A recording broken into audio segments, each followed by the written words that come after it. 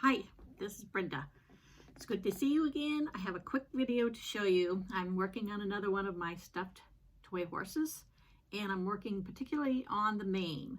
I've already put most of the horse together. All we need now is the little forelock and the mane and the tail. And basically it's the same for all of those three.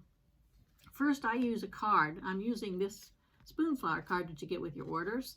I'm wrapping the material that I want to use for the mane, and you can use any kind of yarns, whatever colors, and they come in these bulky ones, which I kind of like.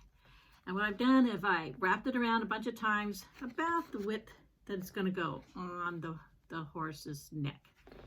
And then I took one single strand and I lightly tied it into a knot at the top.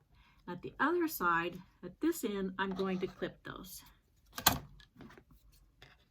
I just slide it right along the bottom.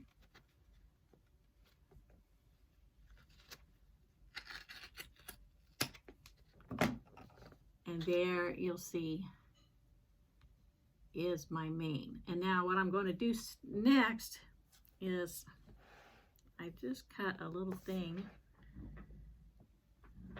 and I've lost it now. I've lost my little thing. Well, I have a piece of rickrack. It's a strapping kind of a tape. So I took a section of this and I'll cut it about the length that I want. And I'm going to spread this open and I will sew that down on there. And then when I put it together, I will then have that part, this strapping fabric, that'll go down inside of this part. So you won't see it, it'll be inside. And then I will stitch it up on the ends. And so you'll do a little one for the forelock, and then you'll have another one that's longer for the tail. But that's how it goes together. I'll show you pictures after the video.